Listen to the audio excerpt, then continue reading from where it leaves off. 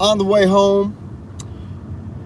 Just figured I'd come on here, see if we want to talk anything about the Behringer, POLYOsc, the Moog Muse versus the PolyBrute, and whatever else is coming down the pipe, man, because it's been a pretty fun synth week, I gotta say.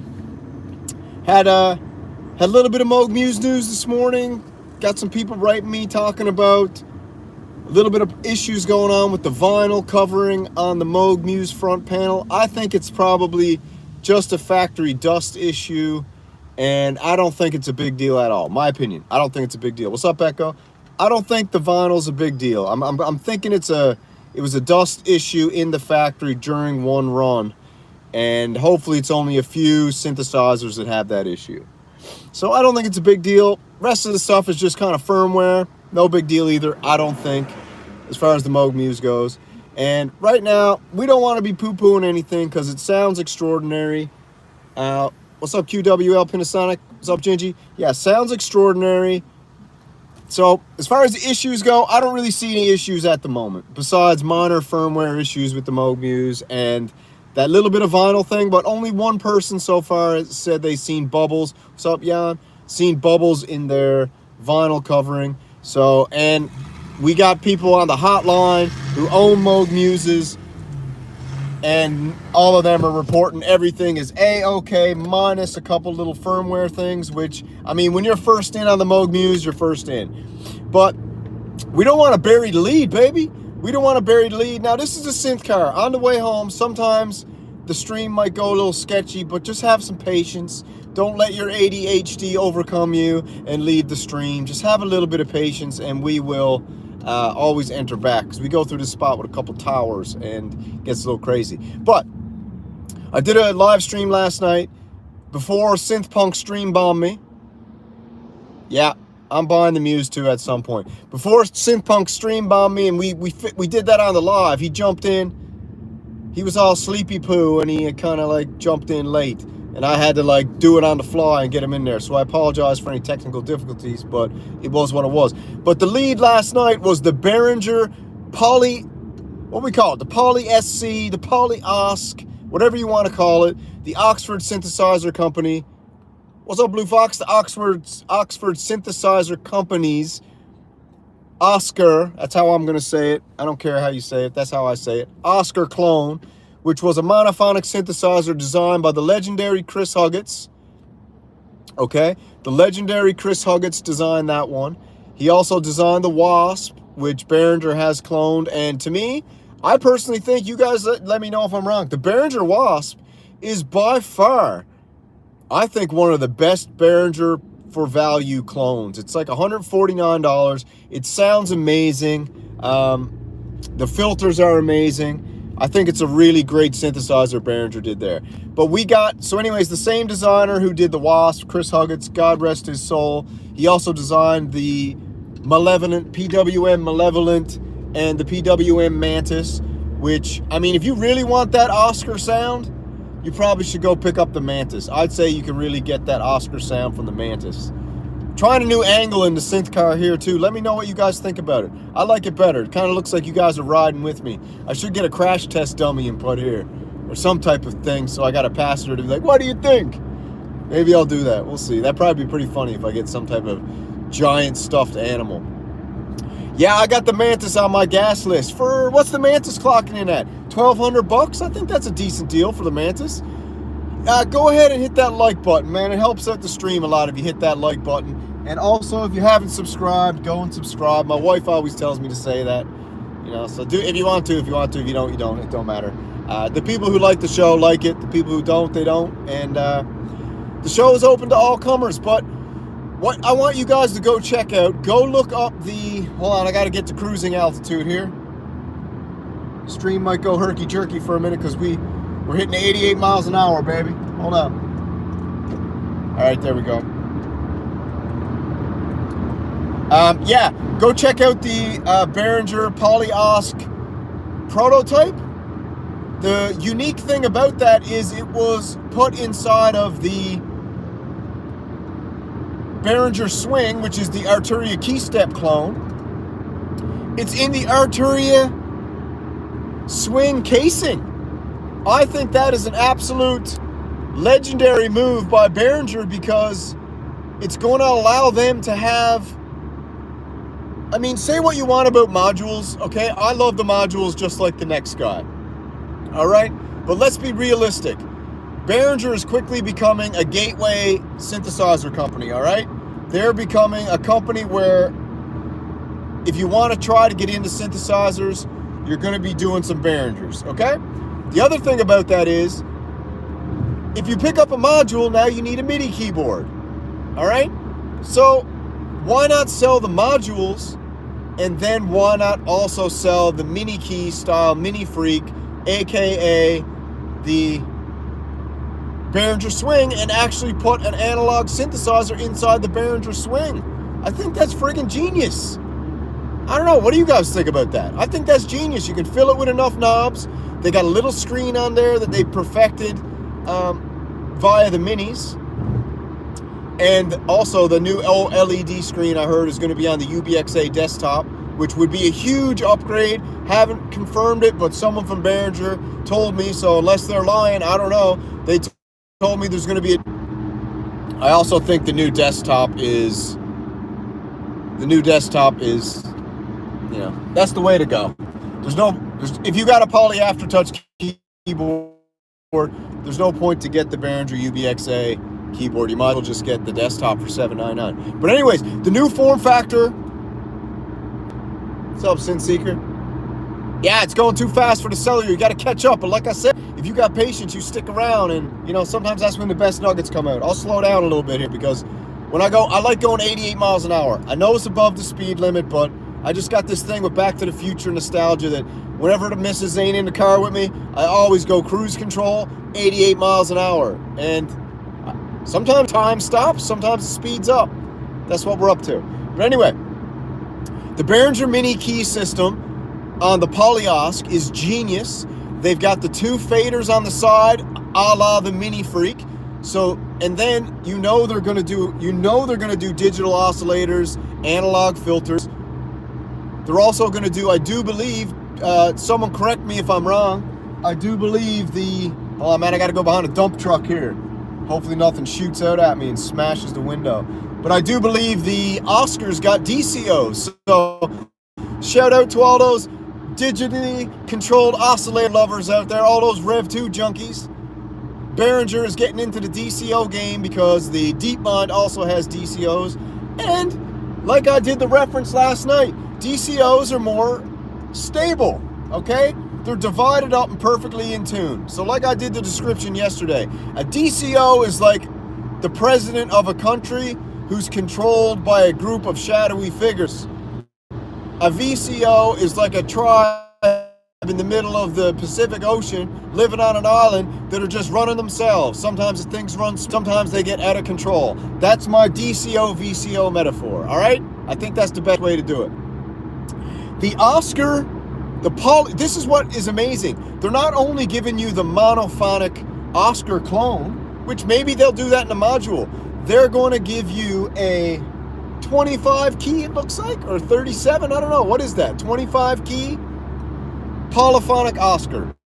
Amazing. I'm a mini key lover because I'm not the best keyboard player in the world. In fact, I may be one of the worst, you know, but I am probably, this is what I'm good at.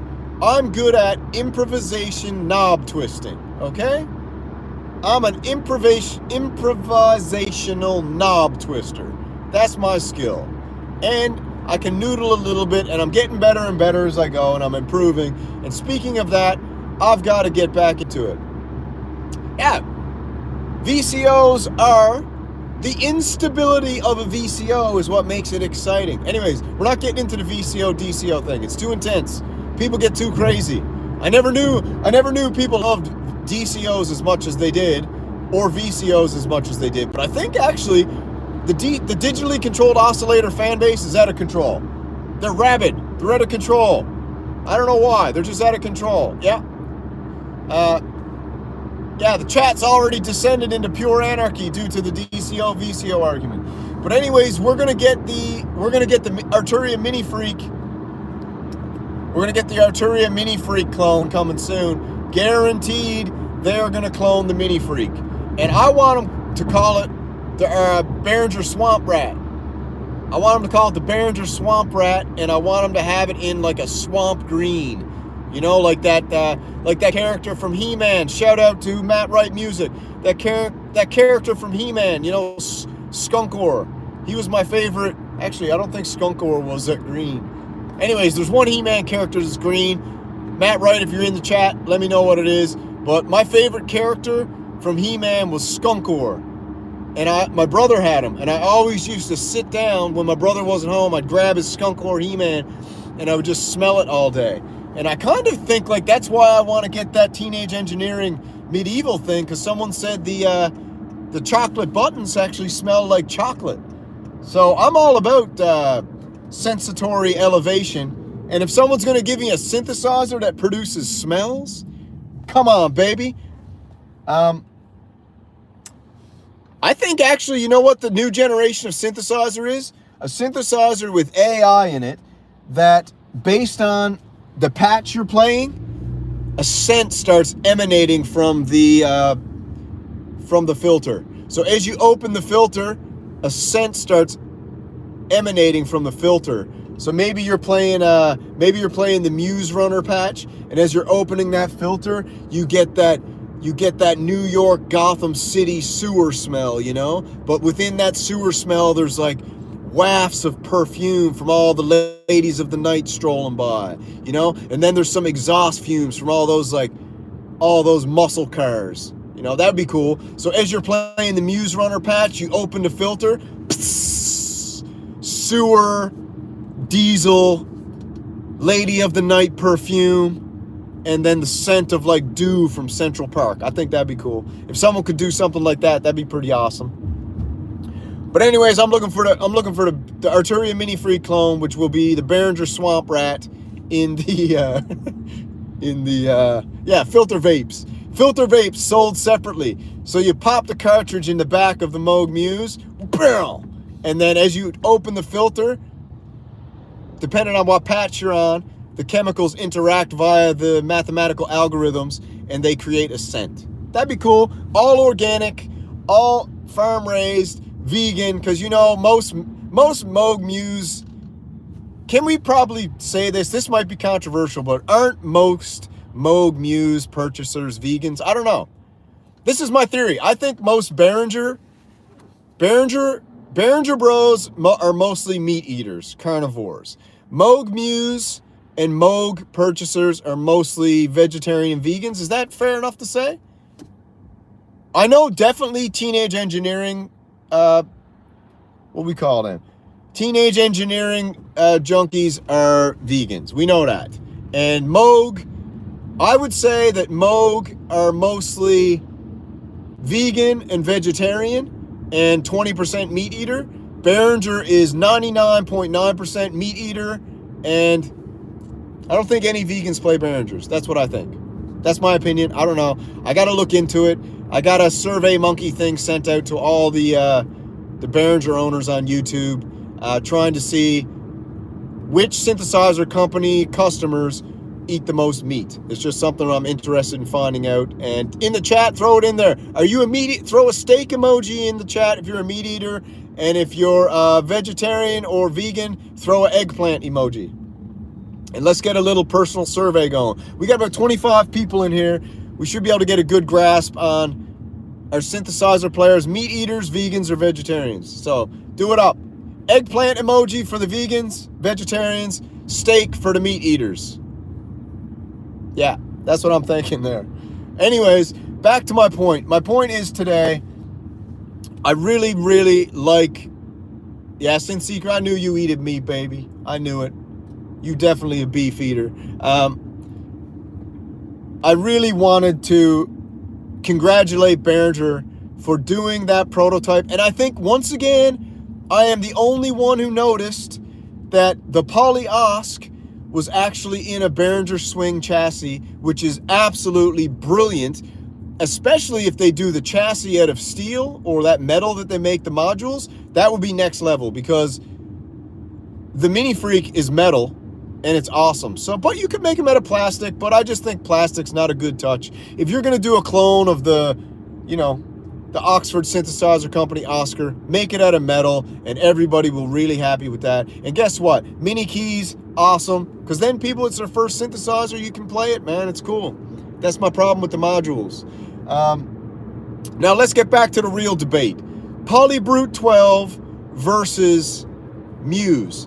That's a debate that old Sanjay did the other day, but someone sent me an email and they said Sanjay kind of did a little bit of black magic, and he was putting a lot of effects on the PolyBrute 12 that might have been masking the true comparison. I don't know. I went back and watched it again. I don't know if I agree with that, but I'd really like to see someone do a PolyBrute 12, no effects first for a half hour, versus the Moog Muse no effects, and so we can really get a taste of the oscillators and the filters and the LFOs and all the magic that happens there. Then I want them to whap on the effects on both and just go buck wild, and I think that would be pretty interesting. But the way I feel today, I had a chat with Echo this morning.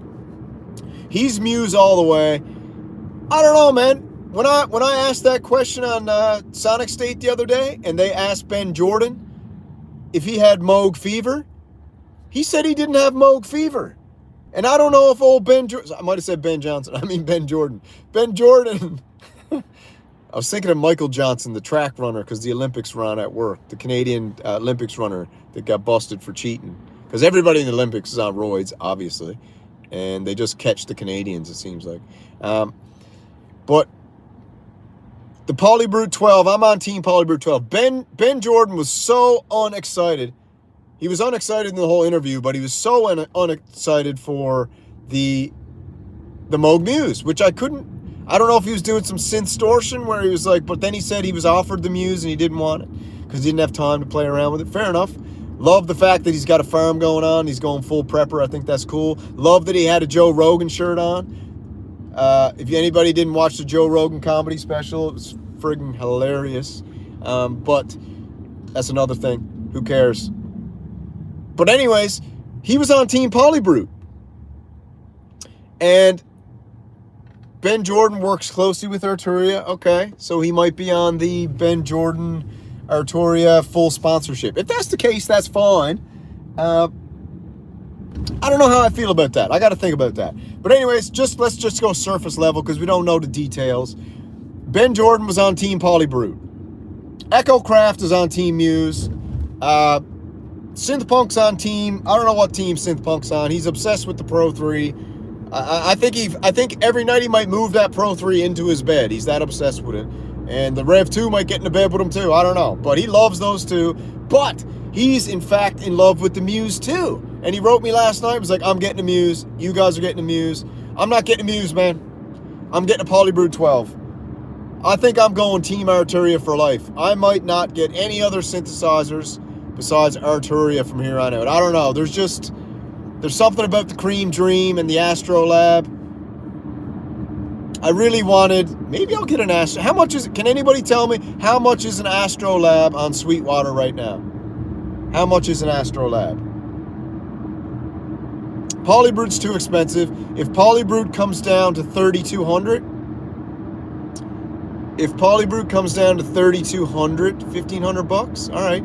If PolyBrute comes down to not $1,300, if PolyBrute comes down to $3,200, I'm gonna buy it. I got a rumor today. This might blow your guys' mind. I heard a rumor today that the run of the PolyBrutes that are out there might only have been one run. You might not be able to get another PolyBrute. And I think I got that from a good source, but it's all rumor that anybody who's purchased a PolyBrute right now, whatever's in stock in Europe, Canada, Australia, and America right now, that might be the only PolyBrutes ever made. It might be a one runner and a done runner. So if you want a PolyBrute, PolyBrute 12, sorry, I would highly recommend you go buy one immediately, because I got it from a source today. It's not 100%, I mean, it's not 100% confirmed, but I'm kind of reading the tea leaves, what they told me, that they don't know when the PolyBrute will be back in stock. And I think they might actually just do a one and done runner, and that will turn the PolyBrute 12 into an instant classic. And then they might move on to an upgraded, do something special with the PolyBrute 6, and they put the full touch technology in the PolyBrute 6 Mark II and go with that for their flagship. And whoever got a PolyBrute Cream Dream, you might have the only PolyBrute Cream Dreams out there. I'm going to get in touch with Arturia, and I'm going to ask them how many PolyBrutes they actually made, PolyBrute 12. Because I think that that's a one done and run. So if you want a PolyBrute 12, I think you should find a shop right now and get one. It's my opinion right now. I know everybody's got Muse fever, and everybody's all caught up in this Moog Muse silliness, because I'm a part of it. I'm caught up in it too.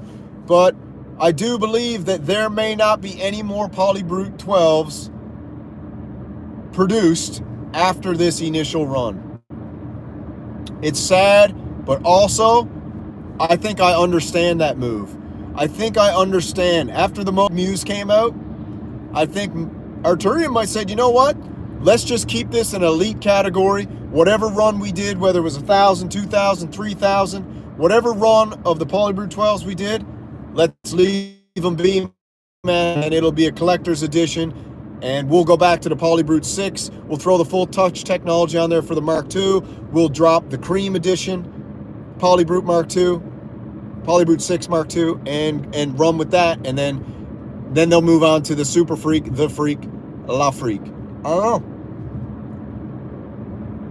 So I think if Arturia just did one run of the PolyBrute 12 and that's it, to me, that's high level. That's some French class. That's like making 1,000 bottles of wine, letting them sit for 45 years, and then release them to the public. There's only 1,000 out there with the number on each one, and then that wine becomes very, very valuable, and the PolyBrute 12 become very, very valuable, and maybe they'll do a Mark II run down the road, or they'll do a Noir edition. That's probably what they're going to end up doing, actually. The Cream Dream one runner, and then they'll do a Noir edition of the PolyBrute 12, a one runner, and then they'll stick with the PolyBrute 6 Mark II, and then they will go on and do the Freak series, Super Freak, La Freak, The Freak, whatever freak they're going to do. That's what I think they're going to do. What do you guys think? That's my opinion. Yeah, I agree. You guys agree? I think we agree. I think it's genius, especially with the Moog Muse fever. Pull back, man. You don't need to be making any more PolyBrute 12s right now with the Moog Muse fever. You need to let this fever break, and you need to we need to watch, because the Moog Muse rollout is going too smooth. It's going too perfect. It's too awesome. It sounds too good, and people are way too pumped up right now for you to go in and call your factory and be like, all right, do another 2,000 runs of the PB12. No, you pump the brakes. You pump the brakes. And you say, let's sit it out for a minute. Let's work on a Noir edition if we're going to do that. And let's work on the PolyBrute 6 upgrade with the full touch, and decide if we're going to do a run and done. That's what I'm thinking. That's how I'm gaming it out. That's how I'm feeling it. That's the vibe. All right? So, what doesn't make sense? It makes sense to me. It makes 100% sense. It actually makes so much sense that as I'm saying it, it's making more and more sense. Because you got to understand, if we're in business, if we're talking business here, I mean, it's going to be hard to compete with the Moog Muse when you're $500 more, with the Moog Muse fever hitting so hard, with the Moog Muse tidal wave still sweeping across the globe. I would pull everything and be like, we got to get rid of what we got first. That's what I would do. And then revamp a marketing campaign, revamp an influencer campaign, revamp a new sound bank, because Arturia gives away free sound banks. Do a new epic sound bank. Call in the big heavies, Call in the heavies and be like, we need some sound designers, baby, because we need to get everything we can out of this synthesizer ASAP. You bring in the heavies, you release a new sound bank with the Noir edition, you call it the Dark Knight sound pack, and you basically try to nail a similar style to what Moog did, so people are like, you know what, I don't need the Moog Muse, I need the PolyBrute 12. I'm going for the PolyBrute 12. I already decided. I'm not getting a Moog Muse. I'm getting a PolyBrute 12. At some point in my life. I don't know when. But I might try to cop that Astrolab, baby. I don't know. People are trying to convince me not to get the Astrolab. And listen, man, when people try to convince me not to do something, that's when I do it.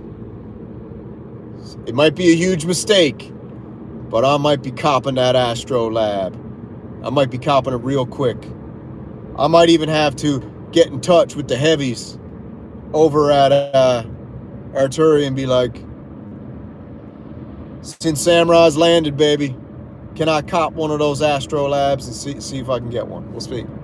Because I think the Astrolab got no play in our community, man. In Samurai Nation, the Astrolab did not get a fair shake. The only person that gave the Astrolab a fair shake was Noir. That was the only one. You know, the only person that gave it a fair shake, because he actually twiddled some knobs, he gave us some vibes. Noir was the only one to give the Astrolab a fair shake, and I don't know how much he liked it. I want to talk to him. If we can get a live together stream going, I want to talk to Noir and see what he thinks about it, because I think I can pull some magic out of that beauty in a live jam setup with the rest of the gear. I think it can really pull some magic out of it. I don't know, everyone poo-pooed the Astrolab. I love the Astrolab. I'm a Astrolab fan, baby. I want the Astro Pig, though. I want the Astrolab with the pigments built in, with a screen that you can adjust things with. I want 4 more knobs.